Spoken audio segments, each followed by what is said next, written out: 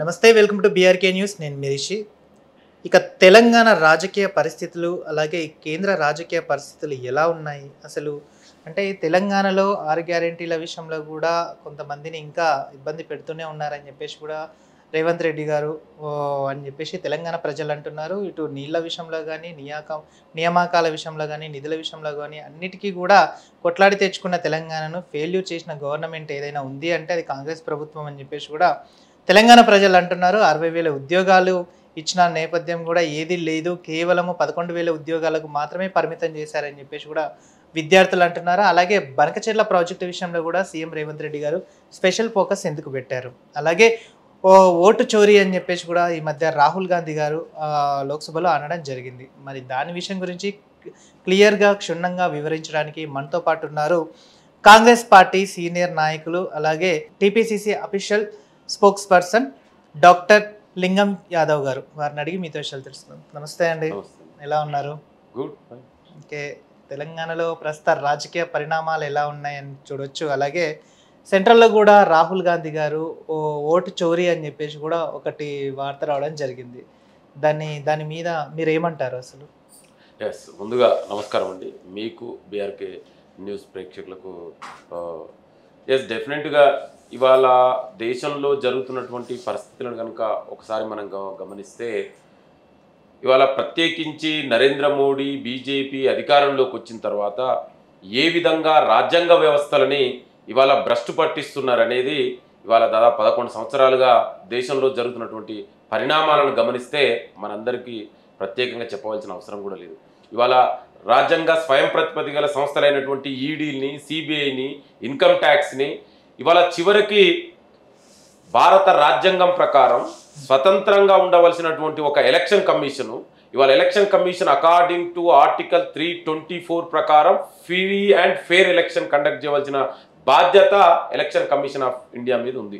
కానీ ఇవాళ election commission of India ఏ విధంగా బీజేపీ నరేంద్ర మోడీకి తొత్తుగా మారి ఏ విధంగా బీజేపీకి ఇవాళ సపోర్ట్ చేస్తుంది అనేది లీడర్ ఆఫ్ ది ఆపోజిషన్ గౌరవ రాహుల్ గాంధీ గారు విత్ ఎక్స్ప్లోజివ్ ఎవిడెన్స్ తోటి ఇవాళ ప్రత్యేకంగా ఆధారాలతోటి ఇవాళ బయట పెట్టడం జరిగింది. ఇవాళ దేశ ప్రజలందరూ కూడా ఇవాళ అర్థం చేసుకుంటున్నారు ఇవాళ నరేంద్ర మోడీ ఏ విధంగా ఇవాళ బీజేపీ అధికారంలోకి వచ్చిందో. ప్రత్యేకించి 2024లో ఇవాళ ఓట్ చోరీ పేరు మీదనే ఇవాళ దొంగ ఓట్లతోటి అధికారంలోకి వచ్చినటువంటి వ్యక్తి ప్రభుత్వం నరేంద్ర మోడీ బీజేపీ ప్రభుత్వం.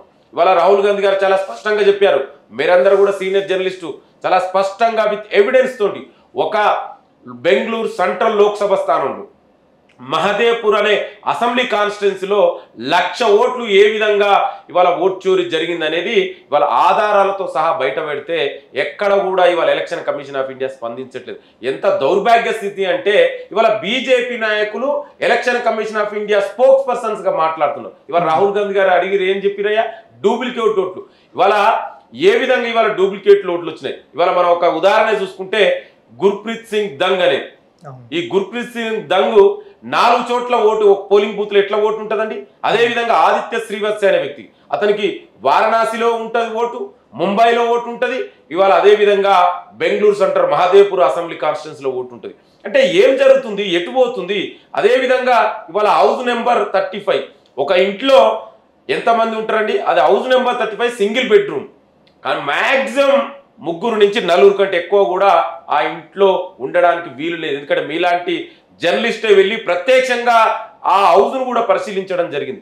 అంత చిన్న ఇంట్లో హౌస్ నెంబర్ 35లో 80 మంది ఎట్లుంటారండి? అంటే ఎట్లా పాసిబుల్ అవుతుంది? అదేవిధంగా ఎక్కడైనా చూసామా మనం హౌస్ నెంబర్ 0 ఉంటుందా అండి ఎక్కడైనా? ఈ దేశంలో కానీ ప్రపంచంలో ఎక్కడైనా మనం చూసామా? మరి హౌస్ నెంబర్ 0 పేరు మీద వేలాది ఓట్లు ఉన్నాయి.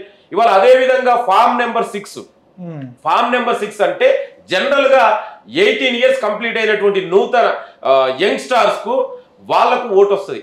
మరి ఈ 70 ఏళ్ల మహిళలకు కూడా ఇవాళ ఫామ్ నెంబర్ 6 ఇచ్చారు. అంటే ఇవన్నీ కూడా విత్ ఆధారాలతో బయట పెడితే దీనికి జవాబు చెప్పవలసిన Election commission of India BJP mouthpiece గా మారి ఎవరైతే దీన్ని ఇట్లా జరిగిందనే దాన్ని అవినీతి జరిగినాయి, దొంగ ఓట్లు జరిగినాయి, ఈ ఫేక్ ఓట్లతో ఓట్ చోరీ జరిగింది అని దాని ఆధారాలు బయట పెడితే దానికి election commission of India duty ఏందండి?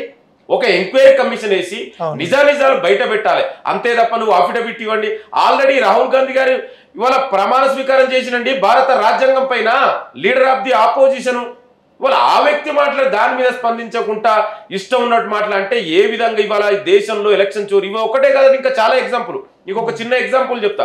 మహారాష్ట్రలో అంటే బీజేపీ ఎట్లా ఎలక్షన్ కమిషన్ తన చెప్పు చేతుల్లో పెట్టుకొని ఎట్లా వాళ్ళు వాడుకుంటారో తమకు అనుకూలంగా అనే దానికి చాలా ప్రత్యక్ష ఉదాహరణ. ఎక్కడైనా కూడా మహారాష్ట్రలో చూడండి, మహారాష్ట్రలో లోక్సభకు ఎలక్షన్స్కు అదేవిధంగా అసెంబ్లీ ఎలక్షన్స్కు 50 లక్షల ఓట్ల పైగా డిఫరెన్స్ ఉంది. 4 నెలల్లో 50 లక్షల ఓట్లు ఎట్లా వస్తాయండి? ఇవాళ ఎట్లా వస్తాయి? ఈ వచ్చే ఓట్లు కూడా ఎవరు? జనరల్ గా నూతన ఓట్లు అంటే యంగ్స్టర్ 18 ఇయర్స్ వాళ్ళు ఉండాలి. కానీ అక్కడ ఎవరు ఉన్నారు? 50 ఇయర్స్, 60 ఇయర్స్, 70 ఇయర్స్ దాటినటువంటి వాళ్ళు ఇవాళ ఓటర్ గా నమోదు చేసుకున్నారు. అదే విధంగా జనరల్ గా మనకు పోలింగ్ బూత్ 5 గంటలకు కంప్లీట్ అయితే ఎవరైతే క్యూ లైన్ ఉన్నారో వాళ్ళకు ఒక స్లిప్ ఇచ్చేసి వాళ్ళని మాత్రమే అనుమతిస్తారు. ఆ పర్సెంటేజ్ ఎంత ఉంటుందండి? జనరల్ గా 1-2% ఉంటుంది. కానీ మహారాష్ట్రలో అదే విధంగా హర్యానాలో జరిగింది 20% డిఫరెన్స్ ఉంది. ఈ 20% డిఫరెన్స్ ఉన్న ఎక్కడైతే పోలింగ్ బూత్ కాన్స్టిట్యూన్సీలో ఆ కాన్స్టిట్యూన్సీలో బీజేపీ గెలిచింది. అంటే ఇంతకంటే ఇంకా స్పష్టంగా ఏం కావాలండి? అంటే ఇప్పుడు బీజేపీ ఎన్నికల కమిషన్ అంటే బీజేపీ ఎన్నికల కమిషన్ చెప్తే వింటుంది అని చెప్పేసి అంటున్నారు. వినడమే కాదు, మొత్తం వ్యవస్థని భ్రష్టు పట్టించారు. ఇంకొక ఉదాహరణ చెప్తా. అసలు election commission of India appointment itself is a problem. గతంలో election commission of India members ఎవరు అపాయింట్ చేసేదంటే భారత ప్రధాని, leader of the opposition, supreme court chief justice of India, ఈ ముగ్గురు 3 మెన్ కమిటీ కూర్చొని election commission of India members ని appoint చేస్తారు. ఎందుకంటే ప్రజాస్వామ్యంలో నిష్పక్షపాతంగా ఎలక్షన్ నిర్వహించవలసిన బాధ్యత ఎలక్షన్ కమిషన్ ఉంది. అట్లాంటి కమిషన్ ని ఇవాళ చీఫ్ జస్టిస్ ఆఫ్ ఇండియాని ఆ ముగ్గురు మెంబర్ నుంచి డ్రాప్ చేసి ఇవాళ సీనియర్ కొలీగ్, క్యాబినెట్ కొలీగ్ ని ఇవాళ ఆ 3 మెంబర్స్ కమిటీలో అపాయింట్మెంట్ చేయడం జరిగింది. అంటే ఇదే ఇంతకంటే ప్రత్యక్ష ఉదాహరణ ఉంది. అసలు నీకు ఏం అవసరం వచ్చిందని నరేంద్ర మోడీ ఇవాళ సుప్రీంకోర్టు ప్రధాన న్యాయమూర్తిని ఎలక్షన్ కమిషన్ ఆఫ్ ఇండియా నుంచి ఎందుకు తొలగించడం జరిగింది? ఇవాళ లీడర్ ఆఫ్ ది ఆపోజిషన్ కు ఒకరే అక్కడ, ఇవాళ ప్రధానమంత్రి అదే విధంగా క్యాబినెట్ కొలీగ్ ఎవరు ఉంటారండి? ప్రధానమంత్రి ఎవరు చెప్తే వాళ్ళే మంత్రి ఉంటారు. అంటే ఇవాళ వాళ్ళ ఇద్దరు ఇప్పుడు లీడర్ ఆఫ్ ది ఆపోజిషన్ కు వాయిస్ లేకుండా చేసి వాళ్ళకు అనుకూలమైనటువంటి మెంబర్లనే ఇవాళ ఎలక్షన్ కమిషన్ ఆఫ్ ఇండియాగా ఇవాళ నియమించుకోవడం జరుగుతుంది. ఆ విధంగా అపాయింట్మెంట్ అయినటువంటి జ్ఞానేశ్వర్ కుమార్ గారు ఇవాళ ఏం చేస్తున్నారో మన అందరం కూడా చూస్తున్నాం. గతంలో ఉన్నటువంటి రాజీవ్ కుమార్ అసలు ఎక్కడ పోయిండో కూడా తెలియదు, ఎక్కడ ఉన్నారో కూడా తెలియదు. అంటే ఇవాళ దేశంలో ప్రజాస్వామ్యాన్ని అపహాస్య పాలు చేస్తున్నారు. డాక్టర్ బాబాసాహెబ్ అంబేద్కర్ రాసిన భారత రాజ్యాంగాన్ని ఇవాళ విలువ లేకుండా చేస్తున్నారు. చివరికి రాజ్యాంగాన్ని మార్చాలని కుట్ర జరుగుతుంది. ఇవన్నీ రాహుల్ గాంధీ గారు మాట్లాడితే మరి రాహుల్ గాంధీ మీద వాళ్ళు ఇష్టం ఉన్నట్టు మాట్లాడరు. ఇదే మరి ఎలక్షన్ చోరీ జరిగిందని బీజేపీ నాయకుడు, కేంద్ర మాజీ మంత్రి, ప్రస్తుత లోక్సభ సభ్యుడు ఇవాళ అనురాగ్ ఠాకూర్ గారు మాట్లాడారు. మరి అనురాగ్ ఠాకూర్ మీద ఏ ఇష్యూ నోటీస్ చేసిరని, ఎందుకు affidavit election commission of India Anurag ఠాకూర్ని ఇవన్నీ అడగలేదు? అంటే ఇవన్నీ ఇంతకంటే ప్రత్యక్ష ఉదాహరణ ఏం జరుగుతుంది? అయినా కూడా రాహుల్ గాంధీ గారు చాలా స్పష్టంగా చెప్పారు, ఎక్కడ కూడా తగ్గలేదు. ఇవాళ ప్రజాస్వామ్యాన్ని రక్షించడం కోసం, భారత రాజ్యాంగాన్ని రక్షించడం కోసం ఎంతవరకైనా పోరాడతామని చెప్పారు. ఇవాళ మీరు చూసిరు బీహార్లో ఏం జరుగుతుందండి? 65 లక్షల ఓట్లు ఎవరివండి? ఓట్లన్నీ పేద మధ్య తరగతి చిన్న చిన్న పనులు చేసుకునేటువంటి వర్కర్లు, వాళ్ళని వాళ్ళ ఓట్లు తీసేసి దాని పేరు మీద ఇవాళ సర్ అనే పేరు మీద స్పెషల్ ఇంటెన్సివ్ రివిజన్ పేరు మీద ఇవాళ ఎలక్షన్ కమిషన్ ఆడుతున్నటువంటి డ్రామాను మనం సుప్రీంకోర్టు చివాట్లు పెట్టింది. చివరకు చనిపోయారని చెప్పుకుని ఇవాళ చనిపోయిన ఓట్లు సుప్రీంకోర్టులో ఇవాళ వాళ్ళని తీసుకొచ్చి సజీవంగా పెట్టిరు. బతుకున్న వ్యక్తులు చనిపోయినని చెప్పేసి వాళ్ళ ఓట్లు తీసేస్తున్నారు. అంటే ఇవాళ బీజేపీకి ఎక్కడైతే గెలుపు అవకాశాలు లేదో అక్కడ ఓట్లు తీసేయడం, ఎక్కడైతే వాళ్ళు గెలవాలనుకున్నారో అక్కడ దొంగ ఓట్లతోటి ఇవాళ వాళ్ళ మెంబర్లని 3-4 రాష్ట్రాలలో ఇవాళ ఎలక్షన్ కమిషన్ ఆఫ్ ఇండియానే చెప్తున్నది. ఒక వ్యక్తికి 3-4 ఓట్లు ఎట్లుంటాయండి? ఒక ఓటుకు ఒక వ్యక్తికి ఒకే ఓటు కదా, ఒకే ఓటు ఒకే వాల్యూ. ఇది భారత రాజ్యాంగం ప్రిన్సిపల్, ఫండమెంటల్ ప్రిన్సిపల్ కదా. మరి దీన్ని వైలేషన్ చేస్తున్నటువంటి నాయకులు ఇవాళ బీజేపీ నాయకులు, కేంద్ర మంత్రులు, అదేవిధంగా election commission of India. Right. అయితే ఇప్పుడు ఇది ఇలా పక్కన పెడితే ఉపరాష్ట్రపతి ఎన్నికలు కూడా, అంటే ఉపరాష్ట్రపతి ఏకగ్రీవంగా చేయాలని చెప్పేసి కూడా ఇప్పుడు కాంగ్రెస్ పార్టీ నుంచి అయితే సుదర్శన్ గారిని నియమించడం జరిగింది. అలాగే బీజేపీ పార్టీ నుంచి రాధాకృష్ణ గారిని చెప్పేసి కూడా అనుకున్నారు. సో దీన్ని ఎలా చూడొచ్చు అంటారు? అంటే ఉపరాష్ట్రపతి ఏకగ్రీవం సాధ్యం అవుతుందా? అండి అసలు ఈ ఉపరాష్ట్రపతి ఎలక్షన్ జనరల్ ఎలక్షన్స్ కాదు. ఫస్ట్ మొదటగా మనం అర్థం చేసుకోవాలి అసలు ఈ ఉపరాష్ట్రపతి ఎలక్షన్ ఎందుకు వచ్చిందో కూడా మనం అర్థం చేసుకోవాలి. ఇవాళ జగదీప్ ధన్కర్ గారు ఎందుకు రిజైన్ చేసిరో కూడా అర్థం చేసుకోవాలి. అంటే నరేంద్ర మోడీ ఇవాళ వాళ్ళ మాట వినకుంటే ఇవాళ ఇమ్మీడియట్ గా ఏ విధంగా ఒక అవమానకర రీతిలో ఉపరాష్ట్రపతి second citizen of this country ఒక అవమానకర రీతిలో ఇవాళ ఆయన ఏ విధంగా పంపించారో మనందరికీ తెలుసు. అసలు ఎందుకు రిజైన్ చేసిండో కారణాలు ఇప్పటికి తెలియదు. ఇవాళ జగదీప్ ధన్కర్ గారు చెప్పలేదు, అదే విధంగా కేంద్ర ప్రభుత్వం చెప్పలేదు. ఇవాళ ఈ బై ఎలక్షన్ లో డెఫినెట్ కూడా ఇదే చెప్తున్నాం. ఇవాళ దేశంలో జరుగుతున్నటువంటి రాజ్యాంగం ప్రమాదంలో ఉంది, ప్రజాస్వామ్యం ప్రమాదంలో ఉంది. దీన్ని కాపాడాలంటే రాజ్యాంగం మీద అవగాహన ఉన్నటువంటి వ్యక్తులు, రాజ్యాంగాన్ని రక్షించే వ్యక్తులు, ఇవాళ ప్రజాస్వామ్యం మీద నమ్మకం ఉన్నటువంటి వ్యక్తులు, సుప్రీంకోర్టు జడ్జిగా పనిచేసినటువంటి జస్టిస్ బి సుదర్శన్ రెడ్డి గారు. ఇవాళ ఆయన ఏ రాజకీయ పార్టీకి సంబంధించిన వ్యక్తి కాదే. ఇవాళ న్యూట్రల్ గా ఇండియా అలయన్సెస్ అన్ని పార్టీ భాగస్వామ్య పక్షాలన్నీ కూడా కలిసి ఇవాళ జస్టిస్ బి సుదర్శన్ రెడ్డిని ఇవాళ తెలంగాణ బిడ్డ, ఇవాళ తెలుగు ప్రజలు తెలంగాణ గర్వకారణమైనటువంటి ఒక మానవ హక్కుల మీద అపారమైనటువంటి అనుభవం ఉన్నటువంటి వ్యక్తి, న్యాయ వ్యవస్థ మీద అపారమైనటువంటి అనుభవం ఉన్నటువంటి వ్యక్తి సుదర్శన్ రెడ్డి గారిని ఇవాళ పార్టీలకు అతీతంగా ఇవాళ India Congress alliances India alliances ఇవాళ ఉపరాష్ట్రపతిగా ప్రకటించడం జరిగింది. మరి బీజేపీ ఎవరిని ప్రకటించిందండి? ఇవాళ ఎవరా వ్యక్తి? ఆర్ఎస్ఎస్ బీజేపీ ఏజెంట్ గా పనిచేసినటువంటి వ్యక్తి. ఒకవైపు ఏమో రాజకీయాలకు సంబంధం లేని జస్టిస్ బి సుదర్శన్ రెడ్డి, మరొక వైపే ఆర్ఎస్ఎస్ బీజేపీలో క్రియాశీలకంగా పనిచేసినటువంటి ఇవాళ బీజేపీ సిపి రాధాకృష్ణ గారు. ఇవాళ దేశ ప్రజలందరూ కూడా గమనిస్తున్నారు. ఇవాళ రాజ్యాంగం ప్రమాదంలో ఉంది. ఇవాళ ఎలక్షన్ కమిషన్స్ లాంటి ఆటానమస్ వ్యవస్థలన్నింటినీ కూడా కుప్పగూల్చినటువంటి ఈ తరుణంలో ఇవాళ రాజ్యాంగాన్ని రక్షించుకోవాలంటే ఇవాళ జస్టిస్ బి సుదర్శన్ రెడ్డిని గెలిపించుకోవాల్సిన అవసరం ఎంతైనా ఉంది. నేను మీ ద్వారా కూడా ఇవాళ బీఆర్ఎస్ ని కూడా విజ్ఞప్తి చేస్తున్నా, అదే విధంగా వైఎస్ఆర్సీపీ కూడా. ఇవాళ ఇదే బీఆర్ఎస్ మరి బీజేపీకి వ్యతిరేకంగా పోరాడుతుందని చెప్పింది, ఇదే బీజేపీ బీఆర్ఎస్ రెండు ఒకటి కాదని చెప్పారు. మరి ఇప్పుడు నిరూపించుకోవాల్సిన అవసరం వచ్చింది. ఒక తెలంగాణ బిడ్డ, ఒక తెలుగు బిడ్డకు ఇవాళ ఉపరాష్ట్రపతి అయ్యే అవకాశం వచ్చింది. ఈ సువర్ణ అవకాశంలో మరి ఇవాళ బీఆర్ఎస్ స్టాండ్ ఏందో కూడా చెప్పవలసిన అవసరం ఉంది. అదే విధంగా వైఎస్ఆర్సీపీ కూడా ఉంది. ఇవాళ వైఎస్ఆర్సీపీ కూడా చెప్పారు ఎలక్షన్ లో అవకాశాలు తవ్వకాలు జరిగినాయి, ఇవాళ బీజేపీ టీడీపీకి సపోర్ట్ చేసిందని. మరి మీరు ఎట్లా బీజేపీ క్యాండిడేట్ సపోర్ట్ చేస్తారో ఇవాళ వైఎస్ఆర్సీపీ కూడా తెలుసుకోవాల్సిన అవసరం ఉంది. అదేవిధంగా నేను టీడీపీ అదేవిధంగా పవన్ కళ్యాణ్ కూడా విజ్ఞప్తి చేస్తున్నా, మీరు ఇవాళ ఒక తెలుగు బిడ్డకు సపోర్ట్ చేస్తారా, లేదంటే మరి బీజేపీకి ఆర్ఎస్ఎస్ ఏజెంట్ గా ఉన్నటువంటి ఇవాళ సిపి రాధాకృష్ణన్ సపోర్ట్ చేస్తారా? ఇవాళ మీరు గతంలో ఇదే బీజేపీకి సపోర్ట్ చేసినటువంటి శివసేనని ఏ విధంగా చీల్చిరో మనందరం చూసినాం. రేపు భవిష్యత్తులో టీడీపీ కూడా అదే జరగబోతుంది. జాగ్రత్త, మీరు ఇప్పటికైనా మేల్కొనండి, రాజ్యాంగాన్ని రక్షించుకుందాం. ఇవాళ జస్టిస్ బి సుదర్శన్ రెడ్డిని గెలిపించుకోవడం కోసం మీరు అందరూ కూడా సపోర్ట్ చేయాలని, అదేవిధంగా బీజేపీ ఎంపీల తెలంగాణ ఎంపీలకు కూడా విజ్ఞప్తి చేస్తున్నా, ఒక తెలంగాణ బిడ్డని ఇవాళ మంచి అవకాశం వచ్చింది, మీరు కూడా సపోర్ట్ చేయాలని నేను వాళ్ళకు కూడా విజ్ఞప్తి చేస్తున్నాను. ఇక తెలంగాణ రాజకీయ విషయాలకు వస్తే, ఇప్పుడు సీఎం రేవంత్ రెడ్డి గారు బనకచెర్ల ప్రాజెక్టు మీద చాలా శ్రద్ధ పెట్టి చాలా చూస్తున్నారనమాట. అంటే ఏంటి అసలు బనకచెర్ల ప్రాజెక్టు మీద అంతగానం ఇంట్రెస్ట్ పెట్టడానికి గల కారణాలు ఏంటి అసలు? అండి అసలు తెలంగాణ ఏర్పాటైంది నీళ్లు నిధులు నియామకాల పేరు మీద. ఇవాళ 10 ఏళ్ళు తెలంగాణని పరిపాలించినటువంటి కేసీఆర్ బీఆర్ఎస్ ప్రభుత్వం ఏ విధంగా తెలంగాణ ప్రజలను వంచిందనే దాన్ని ఇవాళ మన అందరికి కూడా తెలుసు. ప్రత్యేకించి నిధుల పేరు మీద ఏం జరిగిందో, నీళ్ల పేరు మీద ఏం జరిగిందో, నియామకాల పేరు మీద ఆనాడు ఉద్యోగాలు వస్తాయని యువత కొట్లాడితే 10 ఏళ్లలో ఎన్ని ఉద్యోగాలు ఇచ్చిర్రో మనందరికి తెలిసింది. ఇవాళ ప్రత్యేకించి నీళ్లు, ఇవాళ తెలంగాణ అంటేనే ఇవాళ కృష్ణా గోదావరి మధ్యలో ఉన్నటువంటి ఈ తెలంగాణ ప్రాంతం 10 ఏళ్ళు ఉమ్మడి ఆంధ్రప్రదేశ్లో అన్యాయం జరిగిందని తెలంగాణ కాంగ్రెస్ పార్టీ తల్లి సోనియా గాంధీ ఏర్పాటు చేస్తే మరి 10 ఏళ్ళు పరిపాలించినటువంటి కేసీఆర్ ఏం చేసింది? ఇవాళ బనకచెర్లకు పునాదికి కారణమే కేసీఆర్ కదా. ఇవాళ ఇదే కేసీఆర్ ఇవాళ కాళేశ్వరం కట్టి 1000 కోట్ల అవినీతి జరిగిందనేది ఇవాళ మనం చెప్పడం కాదు, కాగ్ చెప్పింది. అదేవిధంగా NDSC national dam safety authority చాలా స్పష్టంగా చెప్పింది, అలా అవినీతి జరిగినాయి. వేలాది కోట్ల ఇవాళ కేసీఆర్ బినామీలు, కేసీఆర్ ఫ్యామిలీ దోచుకున్నారనేది ఇవాళ చాలా స్పష్టం.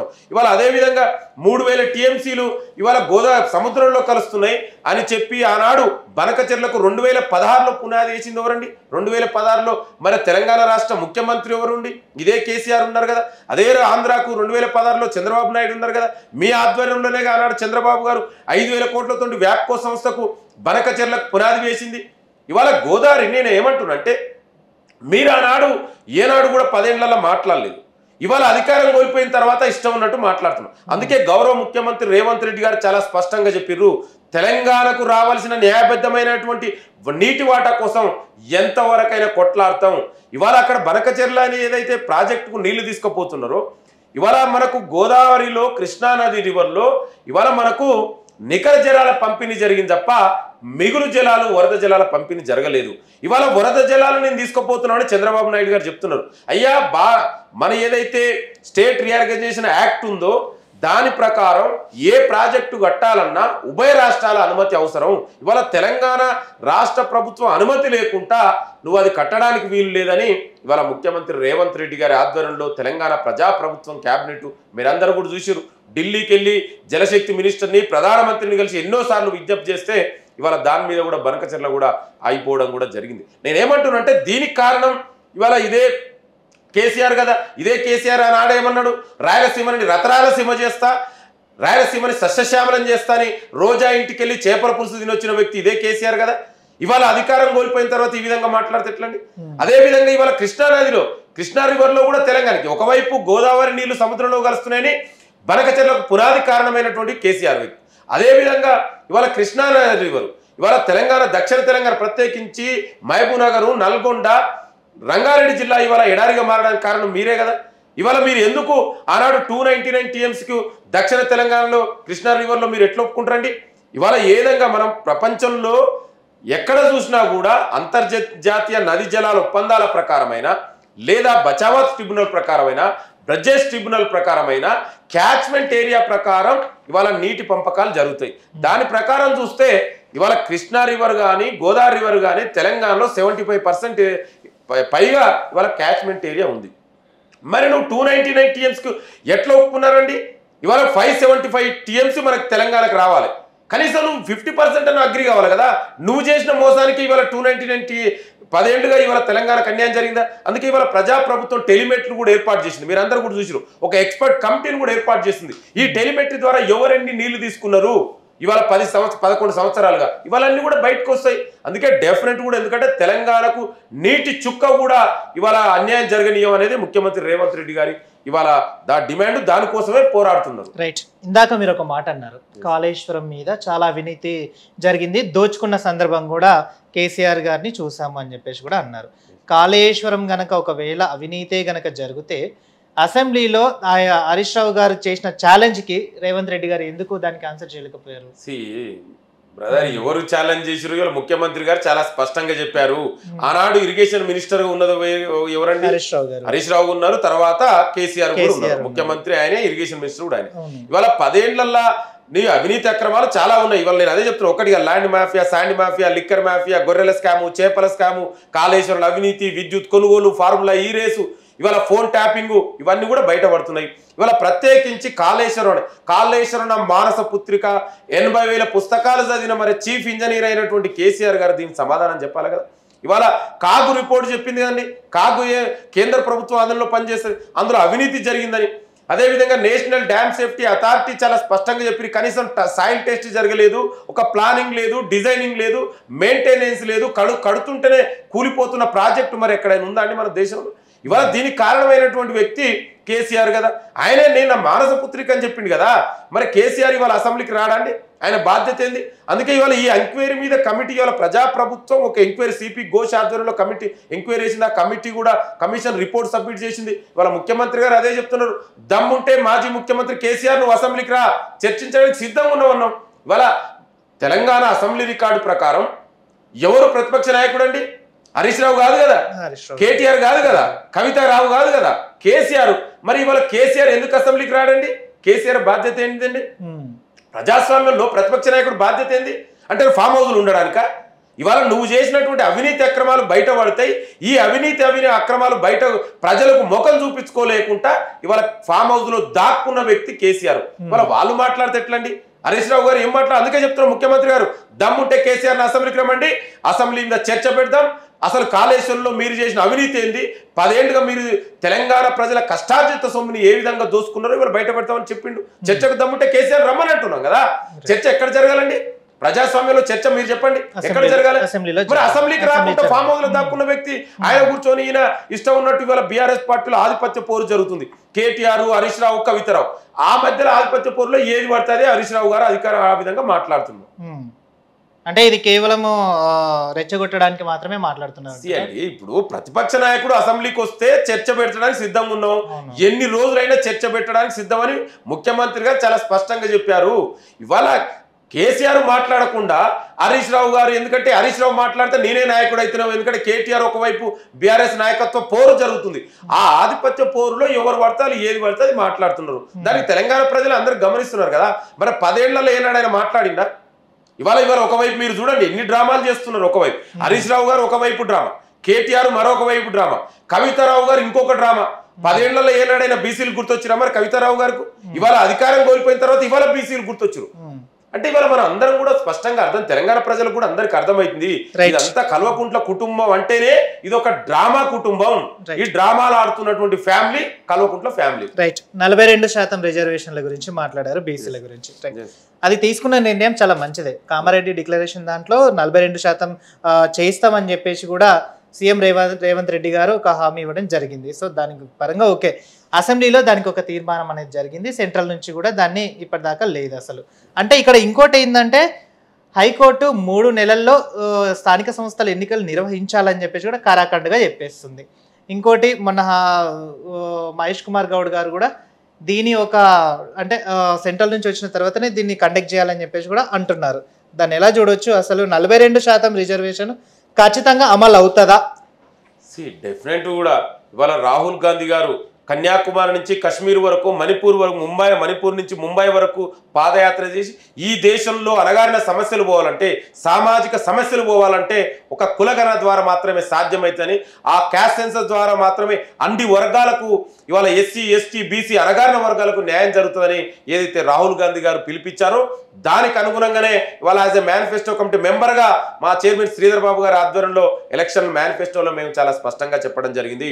ఇవాళ కాంగ్రెస్ పార్టీ అధికారంలోకి వస్తే 42% రిజర్వేషన్ బీసీలకు ఇస్తామని. ఇవాళ దానికి అనుగుణంగానే దేశ చరిత్రలోనే స్వాతంత్రాంతం మొదటిసారిగా ఇవాళ క్యాస్ట్ సెన్సస్ ఒక సైంటిఫిక్ గా క్యాస్ట్ సెన్సస్ చేసి ఒక డెడికేషన్ కమిషన్ వేసి ఇవాళ అసెంబ్లీలో బిల్లు పాస్ చేసి ఇవాళ కేంద్ర ప్రభుత్వానికి పంపిస్తే మరి కేంద్ర ప్రభుత్వం బాధ్యత ఏందండి? ఇవాళ కేంద్ర ప్రభుత్వం మరి ఎందుకు బీసీలకు ఇవాళ 42% రిజర్వేషన్ బిల్లు కోసం ఇవాళ 9th షెడ్యూల్లో పెడతలేదు? ఎందుకు పార్లమెంట్లో చట్టం చేస్తలేరు? ఇవాళ బీజేపీకి చిత్తశుద్ధి లేదు. అంటే మొదటి నుంచి కూడా మనం అర్థం చేసుకోవాలి, బీజేపీ బీసీల వ్యతిరేకమైనటువంటి పార్టీ. ఇదే బీజేపీ ఆర్ఎస్ఎస్ ఆనాడు మండల కమిషన్కు వ్యతిరేకంగా పోరాడిన పార్టీ ఇదే బీజేపీ పార్టీ. ఇదే బీజేపీ పార్టీ నరేంద్ర మోడీ ఆనాడు మండల కమిషన్ వ్యతిరేకంగా కమండల్ ఉద్యమాన్ని నడిపినటువంటి వ్యక్తి కూడా ఇదే నరేంద్ర మోడీ. అందుకే నరేంద్ర మోడీ టెక్నికల్ ఓబీసీ, బీసీల మీద ప్రేమ లేదు. బీజేపీ కూడా బీసీలకు వ్యతిరేకమైనటువంటి పార్టీ. ఇవాళ బీఆర్ఎస్ కూడా ఆనాడు స్థానిక సంస్థల్లో ఉమ్మడి ఆంధ్రప్రదేశ్లో 33% రిజర్వేషన్ ఉంటే ఇవాళ 22% రావడానికి కారణం ఇదే కేసీఆర్ కదా. మరి ఎందుకు మీరు కవితారావు 10 ఏళ్లలో కేసీఆర్ బీసీలకు రిజర్వేషన్ తగ్గించిండని ఎందుకు కవిత మాట్లాడలే? ఇవాళ అధికారం కోల్పోయిన తర్వాత ఏది పడితే ఇష్టారీజన మాట్లాడుతున్నారు. అందుకే మా కమిట్మెంట్ ఉంది, చిత్తశుద్ధి ఉంది ప్రభుత్వానికి. అందుకే ఇవాళ మేము కేంద్ర ప్రభుత్వానికి ఇవాళ బిల్లు పంపించడం జరిగింది. డెఫినెన్స్ కూడా మీరందరూ కూడా చూసారు. మొన్ననే ఇదే జంతర్ మంతర్లో ముఖ్యమంత్రి క్యాబినెట్ అదేవిధంగా మా పీసీసీ ప్రెసిడెంట్ మహేష్ కుమార్ గౌడ్ గారి ఆధ్వర్యంలో ఇవాళ ధర్నా కూడా చేయడం జరిగింది. డెఫినెట్ కూడా ఏదైతే మేము మాట ఇచ్చామో డెఫినెట్ కూడా ఆ మాట కట్టుబడినో ఎంతవరకైనా కొట్లాడైనా కూడా ఇవాళ మీరు ఇదే చూసారు. గతంలో ఇదే నరేంద్ర మోడీ ఏమన్నాడండి? క్యాస్ట్ సెన్సస్ చెయ్యం, ఇవాళ కలిసి ఉన్న వ్యక్తులు విడిపోతామని చెప్పారు. మరి ఇదే నరేంద్ర మోడీ మెడలు వంచి ఇవాళ దేశవ్యాప్తంగా రేపు జరగబోయే జనగణలో కులగణన చేస్తుందంటే ఆ ఘనత తెలంగాణ ప్రభుత్వాన్ని కాంగ్రెస్ పార్టీదే కదా. డెఫినెట్ కూడా రేపు కూడా ఏదైతే ఇవాళ 42% రిజర్వేషన్ 9th షెడ్యూల్లో ఇంప్లిమెంట్ చేయమంటున్నాం. ఇవాళ పక్కనే ఉన్నటువంటి తమిళనాడులో 69% రిజర్వేషన్ అమలవుతుంది. మరి భారత రాజ్యాంగం అంతా ఒకటే కదా, దేశం మొత్తానికి భారత రాజ్యాంగమే కదా. మరి అక్కడ 69% రిజర్వేషన్ ఇంప్లిమెంట్ అయినప్పుడు తెలంగాణ ఎందుకు కాదండి? అందుకే ఇవాళ మేమేమంటున్నాం, బీజేపీ బీఆర్ఎస్ రెండు బీసీల వ్యతిరేకమైనటువంటి పార్టీలు. వాళ్ళు బీసీలను మోసం చేసిర్రు. ఇవాళ కాంగ్రెస్ పార్టీ ద్వారా మాత్రమే వాళ్ళకి న్యాయం జరుగుతుంది. మేము ఇచ్చినటువంటి హామీని డెఫినెట్ కూడా అమలు చేసి తీరుతాం. రైట్. బీసీల 42 రిజర్వేషన్ జంతర్ మంతర్ దగ్గర ఎమ్మెల్సీలు, ఎమ్మెల్యేలు, తర్వాత ఇంకోటి మంత్రులు, ముఖ్యమంత్రి రేవంత్ రెడ్డి గారు అందరూ వెళ్ళి అక్కడ ధర్నా చేయడం జరిగింది. మరి ఆ ధర్నాకి రాహుల్ గాంధీ గారు ఎందుకు రాలేదు? ప్రియాంక గాంధీ గారు ఎందుకు రాలేదు? రాహుల్ గాంధీ గారు గతంలోనే రాహుల్ గాంధీ గారి ఆలోచన మేరకే ఇవాళ తెలంగాణలో 42% అనే రిజర్వేషన్ ఇవాళ ఇంప్లిమెంట్ చేస్తున్నాం. క్యాస్ట్ సెన్సస్ కూడా రాహుల్ గాంధీ గారు చెప్పిన దానికి అనుగుణంగా ఇవాళ తెలంగాణ ప్రజాప్రభుత్వం చేస్తున్నాం. ఆ రోజు ఇవాళ ఎట్లా మాట్లాడతారు, ఆ రోజు రాహుల్ గాంధీ అనుకోని పరిస్థితుల్లో మిగతా షెడ్యూల్ బిజీ ఉండడం, అంత ముందుకే జార్ఖండ్ ఉండడం, ప్రోగ్రామ్ ఉండడం. శిబు సోరెన్ గారు మీరు అందరికీ కూడా తెలుసు, శిబు సోరెన్ గారు జార్ఖండ్ ముక్తి మోర్చా నాయకుడు, జార్ఖండ్ మాజీ ముఖ్యమంత్రి, చనిపోవడం వల్ల కార్యక్రమాల్లో బిజీగా ఉండి అనుకోని కొంచెం లేట్ కావడం వల్ల రాలేదు. ఇవాళ దానికి ఏందండి, ఇవాళ కాంగ్రెస్ పార్టీ చేస్తుంది కదా. ఇవాళ కాంగ్రెస్ పార్టీ నాయకులే పార్లమెంట్లో మీరు కూడా చూసిరు, వాయిదా తీర్మానం కూడా ఇవ్వడం జరిగింది బిల్లు పెట్టమని. కాంగ్రెస్ పార్టీ అంతా కూడా ముందుండి పోరాడుతుంటే, ఇవాళ రాహుల్ గాంధీ ఆలోచన మేరకే పోరాడుతుంటే వీళ్ళు కోడిగుడ్డు మీద ఈకలేలుతురు. మరి ఇవాళ 33% రిజర్వేషన్ గతంలో ఉంటే 22%కి ఇవాళ తెలంగాణలో ఉంది. మరి దీనికి కారణం కేసీఆర్ కదా. కేసీఆర్ తెలంగాణ ప్రజలు ప్రత్యేకించి బీసీలకు ముక్కు నేలకు రాసి క్షమాపణ చెప్పాలి కదా. మరి ఎందుకు మాట్లాడతలేరు దీనికి? ఇవి ఎందుకు కవితారావు దీన్ని ప్రశ్నిస్తలేరు? ఇవాళ నరేంద్ర మోడీ, మరి మీరు చూసిరు గతంలో ఈడబ్ల్యూసీ రిజర్వేషన్ ఎన్ని రోజులు ఇంప్లిమెంట్ చేసిరండి? గట్టి కొడితే 3 రోజుల్లో బిల్లు పాస్ అయింది పార్లమెంట్లో చట్టంగా. తర్వాత ప్రెసిడెంట్ ఆఫ్ ఇండియా కన్సెంట్ ఇచ్చిండు. మరి ఇవాళ బీసీల రిజర్వేషన్ పెట్టడానికి మీకు వచ్చిన బాధ ఏంటంటే బీజేపీ నాయకులకు, మీరు ఎందుకు బీసీ బిల్లును పార్లమెంట్లో ఎందుకు పెట్టారు? ఎందుకు 9th షెడ్యూల్లో ఎందుకు చేర్చారు మీరు? అంటే మీకు బీసీల మీద ప్రేమ లేదు, మీకు బీసీల మీద చిత్తశుద్ధి లేదు. ఇది చాలా స్పష్టంగా కనపడుతుంది కదా. ఇవాళ నేను ఇదే ఈడబ్ల్యూసీ రిజర్వేషన్లో, అదేవిధంగా మహిళా రిజర్వేషన్లో మరి బీసీ ఉమెన్కి ఎందుకు రిజర్వేషన్ ఇవ్వలే? ఎందుకు బీజేపీ నాయకులు ఎందుకు మాట్లాడలే? కనీసం 11 సంవత్సరాలుగా కేంద్ర ప్రభుత్వంలో అధికారంలో ఉన్నటువంటి బీజేపీ కేంద్ర ప్రభుత్వంలో ఒక బీసీ మంత్రిత్వ శాఖ ఏర్పాటు చేయలేదండి. ఇంతకంటే ఇంకా ఘోరమైంది వాళ్ళు మాట్లాడే. అందుకే బీజేపీ బీఆర్ఎస్ నాయకులకు మాట్లాడే కనీస నైతిక అర్హత లేదు. వాళ్ళు బీసీలని మోసం చేసిన పార్టీలు అవి రెండు కూడా. రైట్. ఇందాక మా మేనిఫెస్టోలో 2 లక్షల ఉద్యోగాలు అని చెప్పేసి కూడా గతంలో రేవంత్ రెడ్డి గారు అనౌన్స్ చేయడం జరిగింది. 60,000 ఉద్యోగాలు ఇచ్చాము అని చెప్పేసి కూడా అంటున్నారు. ఇదే ఉస్మానియా యూనివర్సిటీకి సంబంధించిన కొంతమంది విద్యార్థులతో మా బీఆర్కే న్యూస్ వాళ్ళు మాట్లాడడం జరిగింది. అయితే దాంట్లో ఏంటంటే 11,000 ఉద్యోగాలు మాత్రమే ఇచ్చారు. అదంతా అబద్ధపు ప్రచారం, కేవలము ఓట్ల కోసం మాత్రమే మమ్మల్ని ఒక పాములాగా వాడుకున్నారు రేవంత్ రెడ్డి గారు. ఖచ్చితంగా దీనికి తిరుగుబాటు జరుగుతుంది, ఉద్యోగ నోటిఫికేషన్స్ ఖచ్చితంగా ఇవ్వాలి అని చెప్పేసి కూడా డిమాండ్ చేస్తున్నారు విద్యార్థులు. మరి ఏమైంది నోటిఫికేషన్స్? డెఫినెట్గా అండి, మాకు బాధ్యత ఉంది, కన్సర్న్ ఉంది నిరుద్యోగులు యువత మీద. అదే చెప్తున్నా. ఏమంటే వాళ్ళు ఏమంటున్నారు, త్వరలో నేను అదే చెప్తున్నా. Let me finish. 10 సంవత్సరాలుగా యువతని నిరుద్యోగుల్ని మోసం చేసినటువంటి పార్టీ బీఆర్ఎస్ పార్టీ. ఇవాళ వానాడు తెలంగాణ వస్తే ఉద్యోగాలు వస్తాయి అన్నారు. కానీ బిడ్డే ఓడిపోతే కవితారావుకు ఎంపీగా ఓడిపోతే ఎమ్మెల్సీకి ఇచ్చి ఉద్యోగం ఇప్పించుకోండు తప్ప తెలంగాణ యువతకు ఉద్యోగాలు ఇవ్వనటువంటి చరిత్ర, దుర్మార్గమైనటువంటి పాలన 10 సంవత్సరాలు కేసీఆర్ పాలనలో జరిగింది. ఇవాళ మీరు చూడండి ఎన్ని ఉద్యోగాలు వచ్చినాయి 10 సంవత్సరాల. పేపర్ లీకేజీలు అండి. గ్రూప్ 1 ఎగ్జామ్ కనీసం 3 సార్లు పేపర్ లీకేజీలు అయినాయి. ఒక ఎగ్జామ్ కూడా సక్సెస్ఫుల్గా కండక్ట్ చేయనటువంటి దుర్మార్గ పాలన గత పాలనలో జరిగింది. యువతకు ఇవాళ మేమందరం కూడా యునివర్సిటీలో ఉన్నామండి. యూనివర్సిటీ నుంచి వచ్చిన విద్యార్థి నాయకులుగా యువత ఇవాళ ఎంత సఫర్ అయ్యారో 10 ఏళ్ళుగా చూసినాం. వాళ్ళ ఏజ్ ఎంత ఇంపార్టెంట్ అనేది ఒక 10 సంవత్సరాలు ఒక యువకుల లైఫ్లో. ఇక్కడే పక్కనే ప్రవళిక అనే అమ్మాయి ఉద్యోగం రాలేదని ఆత్మహత్య చేసుకుంటే కేటీఆర్ ఏం చేసినండి? బీఆర్ఎస్ నాయకులు క్యారెక్టర్ అసాసిన్ చేసినటువంటి దుర్మార్గులు గత పాలకులు. కేటీఆర్ ఉద్యోగం రాలేదని అమ్మాయి ఆత్మహత్య చేసుకుంటే ఆ విధంగా చేస్తున్నాండి. ఇట్లాంటి దుర్మార్గ పాలనని, ఇవాళ గడిల పాలనని ఇవాళ కాంగ్రెస్ ప్రభుత్వం విజయంలో డెఫినెట్ కూడా యువత నిరుద్యోగుల పాత్ర ఉంది, ఎవరు కాదనలేని విషయం. ఇవాళ మేము ఆనాడు ఎలక్షన్ మేనిఫెస్టోలో చెప్పినాం, డెఫినెట్ కూడా కాంగ్రెస్ పార్టీ ప్రజాప్రభుత్వం అధికారంలోకి వస్తే యువతకు ఉద్యోగాలు ఇస్తాం, ప్రథమ ప్రాధాన్యత విద్యార్థులు యువతకు ఇస్తాం అన్నాం. డెఫినెట్ గా దానికి అనుగుణంగానే ఇవాళ ప్రజాప్రభుత్వం సంవత్సరంలోపు 60,000 ఉద్యోగాలు ఇచ్చినాం. 60,000 ఉద్యోగాలు డెఫినెట్ గా 60,000 ఉద్యోగాలు 100% అండి. 60,000 ఉద్యోగాలు నోటిఫికేషన్స్ ఎవరేసారండి? బీఆర్ఎస్ ప్రభుత్వం వేయలేదా? చివరిగా వారు వెళ్ళిపోతున్న టైంలో వాళ్ళు తీసుకొచ్చిన దాన్ని మీరు కండక్ట్ చేసి ఒక నియమ పత్రాన్ని మాత్రమే మీరు ఇచ్చిండ్రని చెప్పేసి కూడా విద్యార్థులు అంటారు. చెప్పండి. మీరు కూడా సీనియర్ జర్నలిస్ట్. వాళ్ళ ప్రభుత్వం అనేది పర్మనెంట్ ఇన్స్టిట్యూషన్ అండి. ప్రభుత్వాధినేతలు మారొచ్చు, బట్ ఇన్స్టిట్యూషన్ ఇస్ అనే పర్మనెంట్. మరి 10 సంవత్సరాలు ఉద్యోగ నియామక పత్రాలు ఇవ్వడానికి 10 సంవత్సరాలు పట్టిందండి. మరి ఎందుకు ఇవ్వలేదండి? ఎందుకు ఇవ్వలేదు అంటున్నా నేను. అందుకే ఇన్స్టిట్యూషన్ ఇస్ పర్మనెంట్. ఈ ప్రభుత్వం వచ్చిన తర్వాత ఇచ్చింది. ఇవాళ మీరు నోటిఫికేషన్ వేస్తే చేసిందంటే మరి మీరే ఉద్యోగ నియామక పత్రాలు కేసీఆర్ ఇచ్చి ఉండవలసిండు కదా. మరి ఎవరు అడ్డుకున్నారండి కేసీఆర్ను? ఎందుకు నియామకాలు ఇవ్వలేదు అంటే దయచేసి వేగ్గా మాట్లాడకండి. ఇవాళ కొంతమంది బీఆర్ఎస్ నాయకులు ఇష్టం ఉన్నట్టు మాట్లాడతారు. ఇవాళ ఇదే యూనివర్సిటీలో అదానాడు తెలంగాణ ఉద్యమంలో కొట్లాడిన యూనివర్సిటీ ఎవరండి? ఇదే మీరు అన్నటువంటి ఉస్మాన్ యూనివర్సిటీ. మరి 10 ఏళ్లలో ఉస్మాన్ యూనివర్సిటీ ఎన్ని రిక్రూట్మెంట్ చేసిన? ఐ కెన్ ఛాలెంజ్ నిన్నే అడుగుతా. మీదే ఉస్మాన్ యూనివర్సిటీలో అడగండి. 10 సంవత్సరాలు తెలంగాణలో పరిపాలించింది బీఆర్ఎస్ కదా, ఎంత రిక్రూట్మెంట్ చేసింది? ఇవాళ పోదాం ఇక్కడి నుంచే. మరి దీనికి కారణం ఇదే కేసీఆర్ కదా. ఇవాళ విద్యా వ్యవస్థని 20 సంవత్సరాలు నెగ్లిజెన్స్ చేసిరు. 20 సంవత్సరాలు ఇవాళ వెనకకు పోయినటువంటి కారణం కేసీఆర్ పాలన వల్ల. ఇవాళ ప్రజాప్రభుత్వం విద్యకు ప్రథమ ప్రాధాన్యత ఇస్తుంది. బడ్జెట్లో మీకంటే ఎక్కువ కూడా ఇవాళ బడ్జెట్లో నిధులు కేటాయించడం జరిగింది. ఇవాళ ఇంటిగ్రేషనల్ రెసిడెన్షియల్ స్కూల్ ఏర్పాటు చేయడం జరుగుతుంది. ఇవాళ అదేవిధంగా ఒక యంగ్ ఇండియా స్కిల్ యూనివర్సిటీ. ఇవాళ తెలంగాణ యువతకు కూడా భవిష్యత్తులో ఇవాళ మీ ప్రపంచంతో పోటీ పడాలంటే వాళ్ళకు కూడా స్కిల్ ఇంప్రూవ్ చేయవలసిన అవసరం ఉందని ఒక యంగ్ ఇండియా స్కిల్ యూనివర్సిటీ కూడా ఏర్పాటు చేయడం జరిగింది. ఇవాళ యూనివర్సిటీలో కూడా నిధులు ఏర్పాటు చేయడం జరిగింది. మీరు చూసిన మననే గతంలోనే ఇవాళ వీసీ రిక్రూట్మెంట్ కూడా అయిపోయింది. తొందరలోనే యూనివర్సిటీ రిక్రూట్మెంట్ కూడా జరగబోతుంది. ఇవాళ అదేవిధంగా కానిస్టేబుల్, ఎస్ఐలు, టీచర్ రిక్రూట్మెంట్లు, డిఎల్లు, జైలు 10 ఏళ్లలో ఎన్ని చేసిరండి వాళ్ళు? ఎప్పుడండి వాళ్ళ క్వశ్చన్స్ అదే ఎప్పుడు ఒకటి అండి. అందుకే 60,000 ఉద్యోగం తొందరలోనే మిగతా ఉద్యోగాలు కూడా వస్తాయి.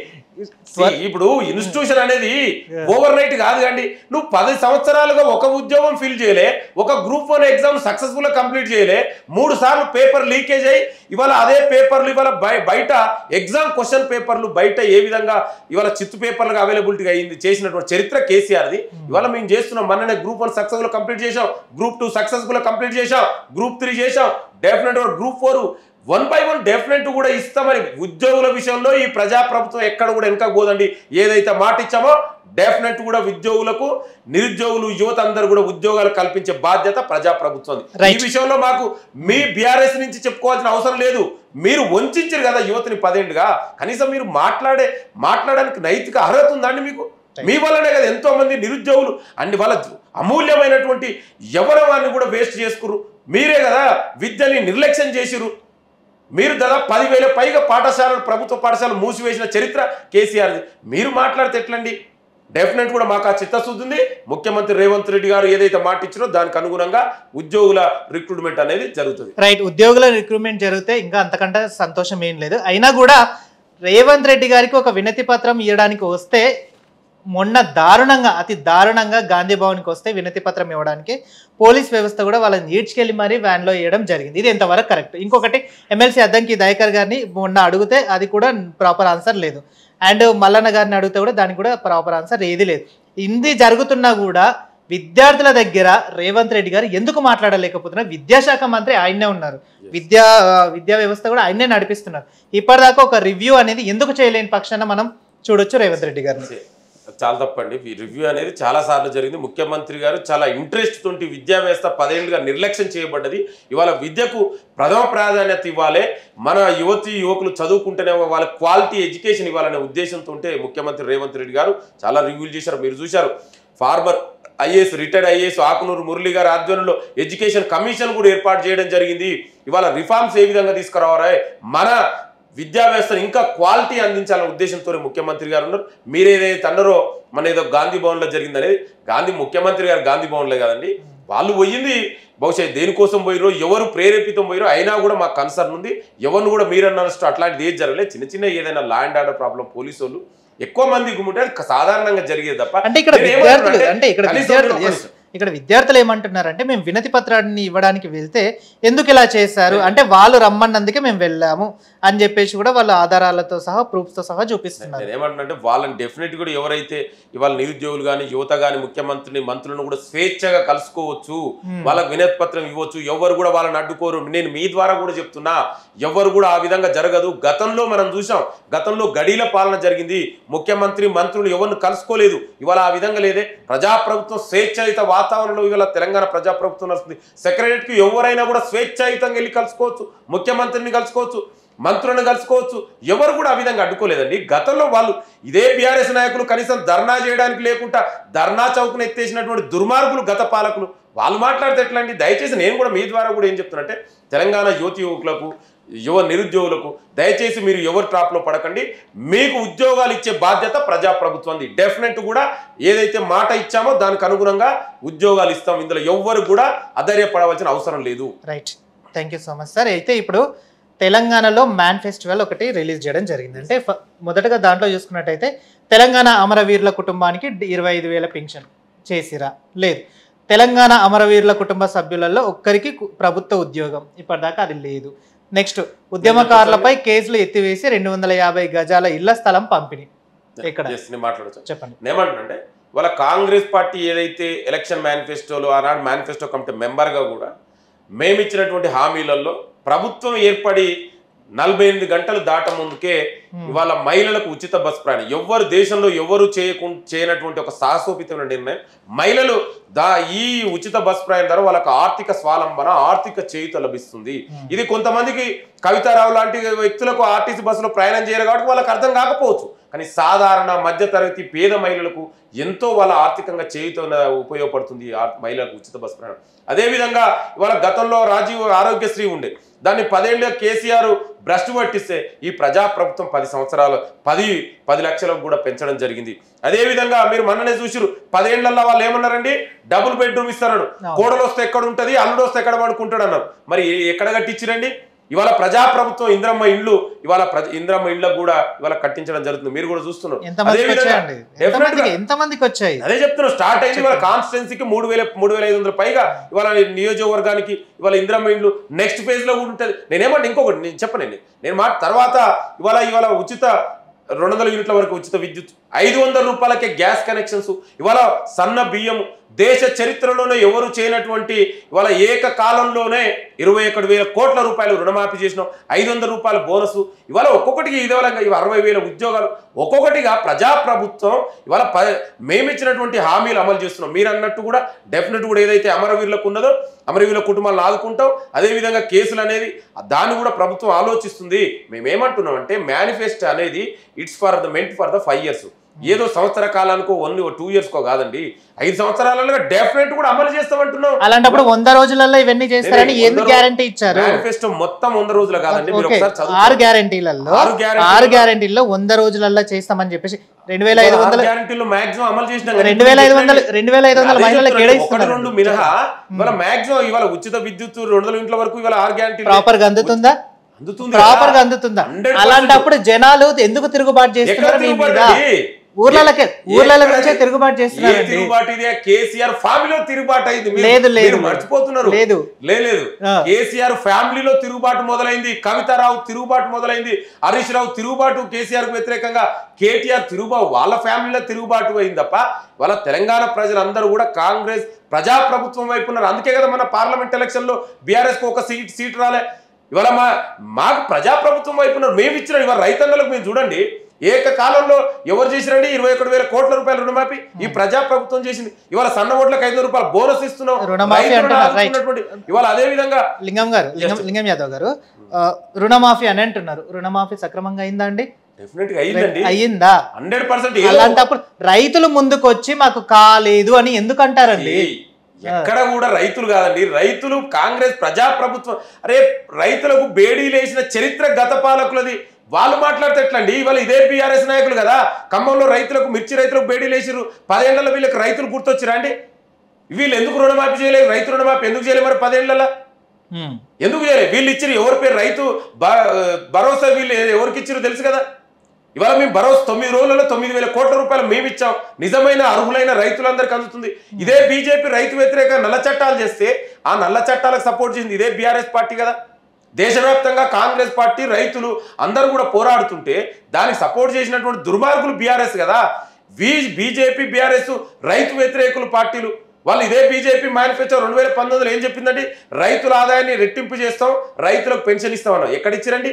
ఇవాళ వచ్చే సంవత్సరాల కాలంలోనే ఇంత అభివృద్ధి, సంక్షేమం, సామాజిక న్యాయం కోసం ఇలా కాంగ్రెస్ ప్రజాప్రభుత్వం పనిచేస్తుంటే ఆనాడు మిగులు బడ్జెట్ ఉన్న రాష్ట్రాన్ని బీఆర్ఎస్ అప్పచెప్తే 10 ఏళ్ల పరిపాలించి 7.5 లక్షల కోట్ల పైగా అప్పులు చేసిపోతే కూడా ఎక్కడ కూడా వెనకడుగు వేయకుండా రైతులకు మనం ప్రథమ ప్రాధాన్యత ఇవ్వాలి, రైతన్నాన్ని ఆదుకోవాలి. ఈ దేశానికి వెన్నుముకైనటువంటి రైతులకు ఎక్కడ కూడా ఈ సుమంతా కూడా వాళ్ళకి అన్యాయం జరగొద్దు అనేది వాళ్ళ ప్రజాప్రభుత్వం ముందుంది కదా. వాళ్ళ రైతులను ఆదుకుంటుంది మా ప్రభుత్వం. వాళ్ళ వీళ్ళు మాట్లాడితే ఎట్లండి? వాళ్ళ అందుకే రైతన్నలందరూ కూడా కాంగ్రెస్ పార్టీ ప్రజాప్రభుత్వం వైపు ఉన్నారు. వాళ్ళ 10 ఏళ్లలో ఏనాడు గుర్తురాలే. హరీష్ రావు ఏనాడైనా 10 ఏళ్లలో ఇవాళ మీరు రైతులు గుర్తొచ్చారు, ఏనాడైనా కళ్ళాలా పోయిరండి? 10 ఏళ్లలో రైతులను దోచుకున్నారు కదా. వాళ్ళు మాట్లాడితే ఎట్లండి? మీకు రైతుల మీద అంత చిత్తశుద్ధి ఉంటే ఇప్పటికీ కూడా చెప్పులు లైన్లో పెట్టిన కాలాన్ని మనం యూరియా సంచుల కోసం చూస్తున్నాం. దాన్ని ఎలా మాట్లాడొచ్చు అండి?